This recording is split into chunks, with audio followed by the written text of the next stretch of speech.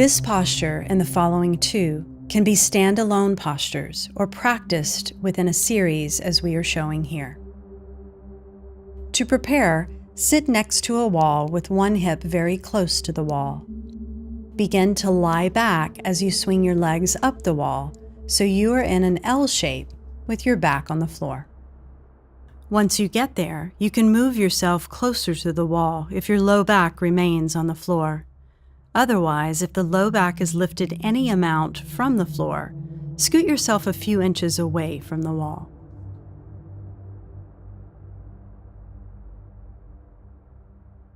Bend your knees with your feet on the wall and the feet hip-width distance. Inhale here, and on your exhale, press your feet into the wall to lift your hips enough to place a bolster, pillow, or long blanket fold under your sacrum. Position the bolster where there is a few inches between the bolster or pillow and the wall. Begin to lower your pelvis down. If your hamstrings allow it, shimmy your hips and torso closer to the wall, where the lowest portion of the buttocks cascade downwards towards the floor, perhaps even slightly off the edge of the bolster. The exact placement here of your hips will depend on your body and what feels comfortable for you. If unsure, and it doesn't feel quite right, play around to feel into what should ultimately feel supportive and relaxing for you to rest. This posture, called Viparita Karani, is considered the jewel for women in yoga. It allows the pelvis to be above the heart and pools the energy like a lake in the pelvis, calming the heart and mind. This posture also rejuvenates the immune system, reduces blood pressure, and may help regulate the thyroid and other endocrine glands. It is especially useful at reducing fatigue and stagnation of blood from long periods of standing. An extremely rejuvenating posture. 5 minutes in this pose might make you feel as though you've just taken a 30-minute power nap. You may choose to stay in this pose 10 to 15 minutes to help allow drainage of fluid from the legs. This is also an excellent pose to practice prior to bedtime, especially if there are issues with insomnia.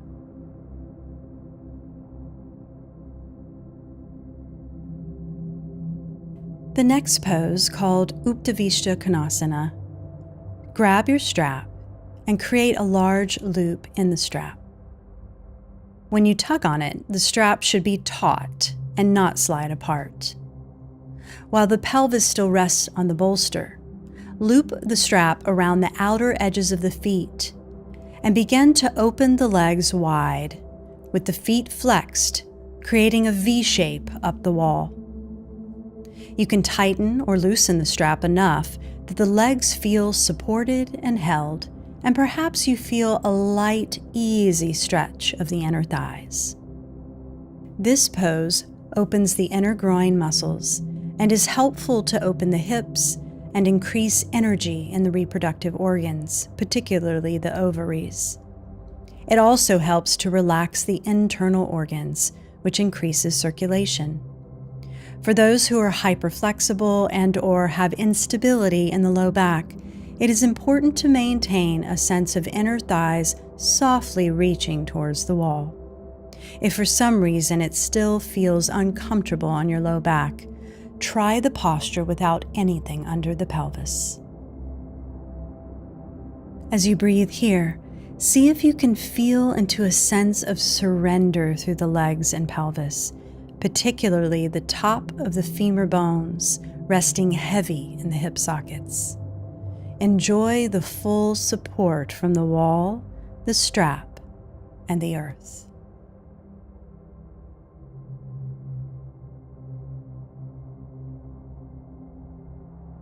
Slide your hands to the outer thighs. On your exhale, encourage your legs to draw together. Begin to bend your knees slowly and slide the soles of your feet towards one another as you open the knees towards the wall. You can remove the strap as you make your way down. This posture, called Baddha Konasana, is known for helping regulate menstrual cycles and bring health to the reproductive organs. To make the pose a little more active and perhaps a deeper stretch, you can place your hands anywhere on the inner thighs, but avoid placing pressure of any kind on the inner knees. On your exhales, gently press your hands into your legs, which will open the legs towards the wall and help stretch the groins and hips. Inhale, release the pressure on the legs, and exhale, press the legs again. You can repeat this as many times as feels good.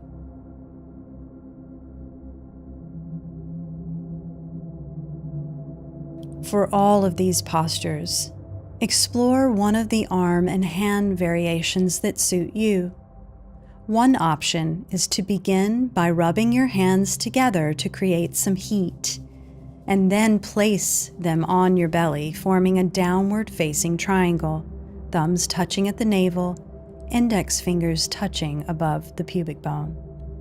Feel the warmth of your belly fill your hands as you breathe, and allow the energy of your palms to melt into your abdomen.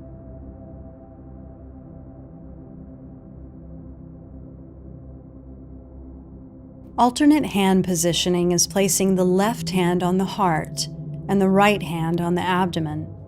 This encourages opening the communication lines between the desire of the heart and the seat of creation at the belly, linking these two centers of intelligence.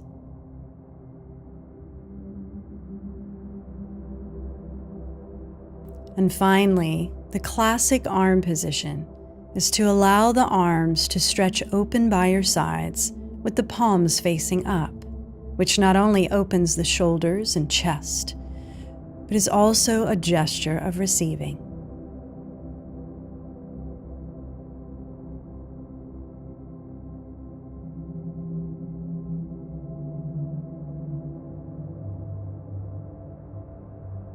When you feel complete, slide your hands to the outer thighs. On an exhale, use your hands to help the knees come together. Separate the feet a bit. Press the feet into the wall, lifting the hips and removing the support from beneath you. Lower your hips back down. Pause at neutral here. Then begin to roll to your left side into a fetal position. Pause again here, allowing the blood pressure to normalize. Then, using the strength of your arms, press yourself up to sitting and find a comfortable seat. Notice how you feel.